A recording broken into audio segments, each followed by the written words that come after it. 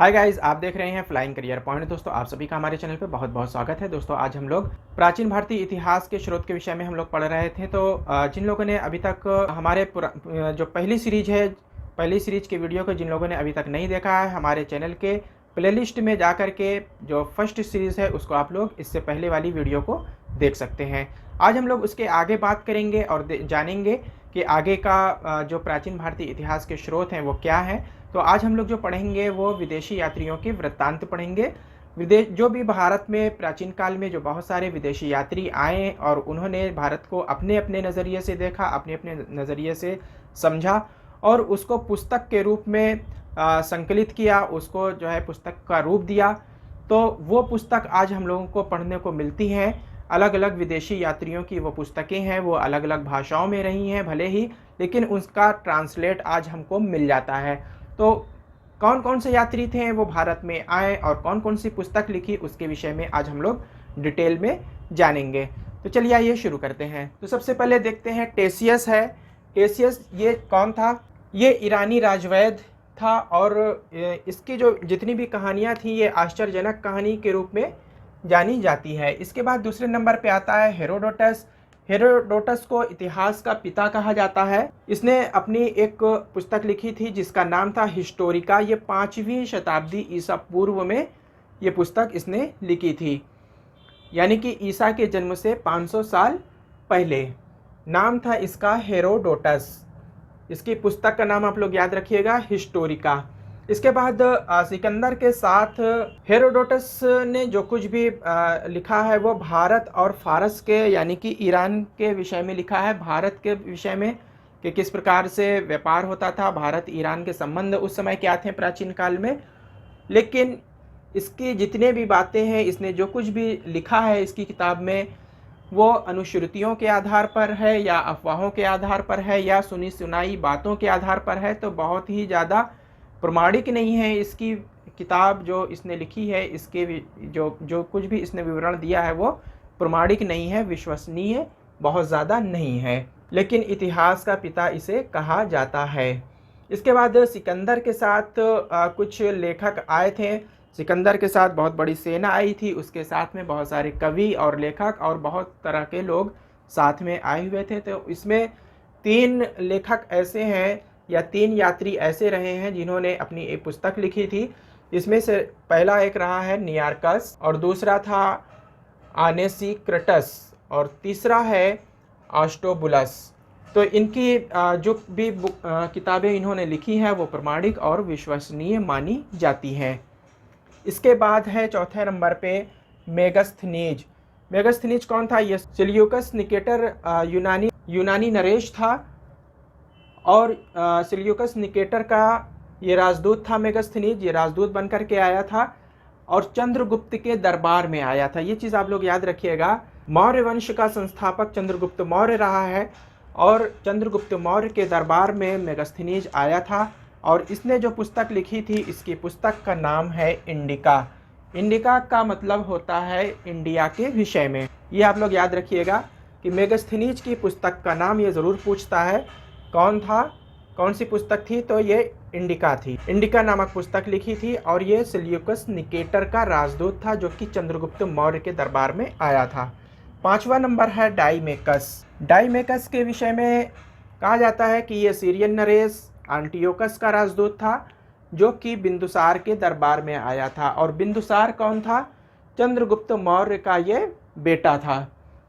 तो चंद्रगुप्त के दरबार में मेगस्थनीज आया था और चंद्रगुप्त का जो बेटा बिंदुसार था, इसके दरबार में सीरिया का जो राजा था एंटियोकस, इसका राजदूत डाइमेकस आया था।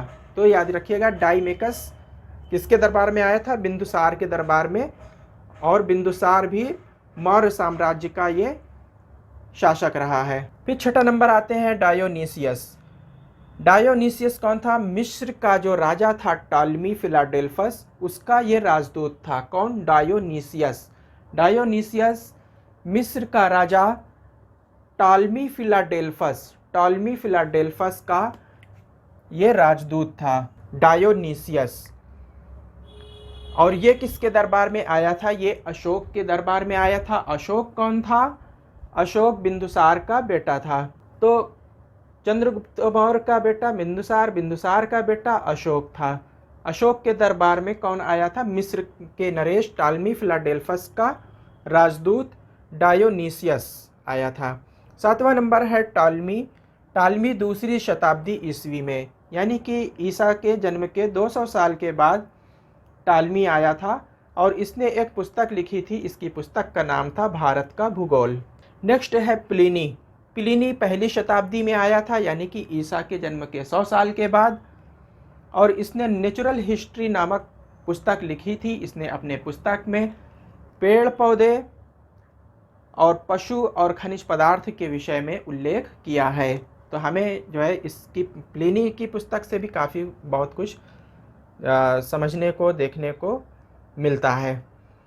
फिर एक पुस्तक और है पेरीप्लस ऑफ द इरीथ्रियन सी।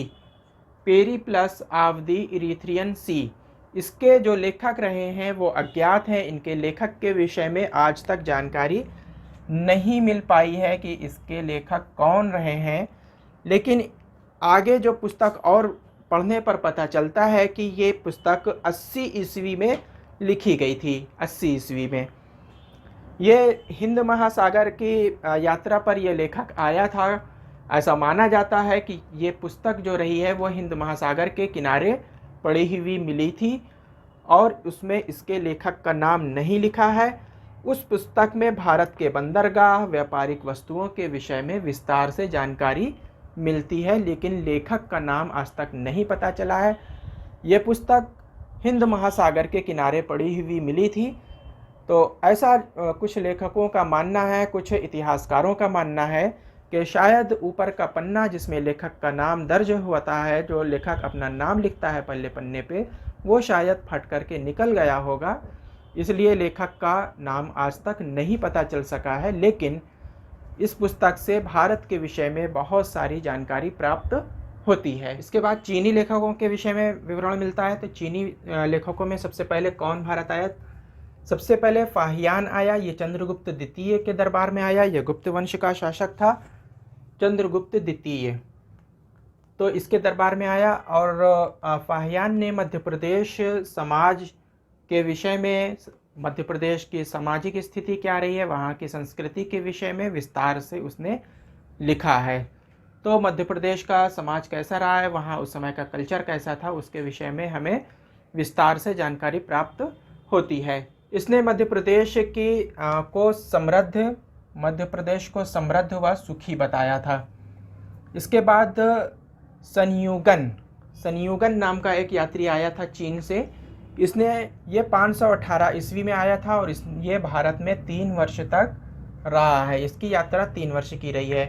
इसने बौद्ध धर्म से संबंधित काफ़ी जानकारी एकत्रित की और बौद्ध धर्म से संबंधित जो भी जानकारी थी, जो पुस्तकें थी, उनको इकट्ठा करके वो वापस चाइना यानी कि चीन वापस चला गया। इसके बाद हेनसांग का नाम आता है। हेनसांग हर्षवर्धन के काल में आया था। अक्सर कन्फ्यूज़न होता है कि फाहियान और हेनसांग ये किसके दरबार में आए थे। तो आप लोग जो है इसके लिए ट्रिक याद रखिएगा। हा से हेनसांग, हा से हर्षवर्धन के काल में आया था। तो हा से हेनसांग, हा से हर्षवर्धन, ये आपका मैच कर जाएगा। तो फाहियान को चंद्रगुप्त में आप लोग आसानी से फिर जोड़ सकते हैं। तो एक याद कर लीजिए, हा से हेनसांग, हा से हर्षवर्धन के काल में आया था। हर्षवर्धन के काल में ये आया था और 629 ईस्वी में ये चाइना से भारत आया था, 15 वर्ष तक रहा और 645 ईस्वी में फिर ये वापस चला गया। भारत में किस स्थान पे रहा? ये बिहार के नालंदा ज़िला में रहा है और नालंदा ज़िला में नालंदा विश्वविद्यालय में ये 15 वर्षों तक रहा। इसने अपनी एक पुस्तक लिखी थी जिसका नाम था सीयू की। इस पुस्तक की इसने रचना की थी। इसके बाद चीनी यात्रियों के विवरण वृत्तांत में चौथा एक और नाम जुड़ता है, उसका नाम है इत्सिंग। इत्सिंग ये 7वीं शताब्दी के अंत में भारत आया था और ये बिहार के नालंदा विश्वविद्यालय के विषय में, विक्रमशिला विश्वविद्यालय के विषय में इसने विस्तार से जानकारी प्रदान की है। इसने अपने समय के भारत के विषय में विस्तार से लिखा है। तो ये आप लोग जो है नोट कर लीजिए। इत्सिंग ये 7वीं शताब्दी के अंत में भारत आया था। नालंदा विश्वविद्यालय के विषय में इसने लिखा और विक्रमशिला विश्वविद्यालय के विषय में विस्तार से जानकारी प्राप्त होती है। इसके बाद अरबी लेखकों के से भी काफ़ी जानकारी प्राप्त होती है। अरबी लेखकों में सबसे पहले अलबरूनी का नाम आता है। अलबरूनी महमूद गजनवी के साथ भारत आया था और इसकी पुस्तक किताबुल हिंद या जिसे तहकीकाते हिंद भी कहा जाता है, जिसका माने होता है भारत की खोज, यानी कि इसकी पुस्तक को भारत की खोज के नाम से भी जाना जाता है। इसने भारत के विषय में बहुत ही विस्तार से जानकारी दी है। इसने अपनी पुस्तक में धर्म, दर्शन, त्योहार, खगोल विज्ञान, रीति रिवाज, प्रथाओं, सामाजिक जीवन और राजनीति या राजनीतिक जीवन के विषय में विस्तार से प्रकाश डाला है, विस्तार से जानकारी प्रदान की है। इसके बाद अरबी लेखकों में या अरबी यात्रियों में इब्न बतूता का नाम आता है। इब्न बतूता जब भारत आया था तो इसने रेहला या रिहिला, दोनों प्रोनाउंसिएशन सही हैं। कुछ पुस्तक में रेहला यानी कि रा में एक ही मात्रा लगी होती है और कुछ पुस्तक में रिहिला, रा में छोटी एक ही मात्रा, तो दोनों प्रोनाउंसिएशन सही हैं।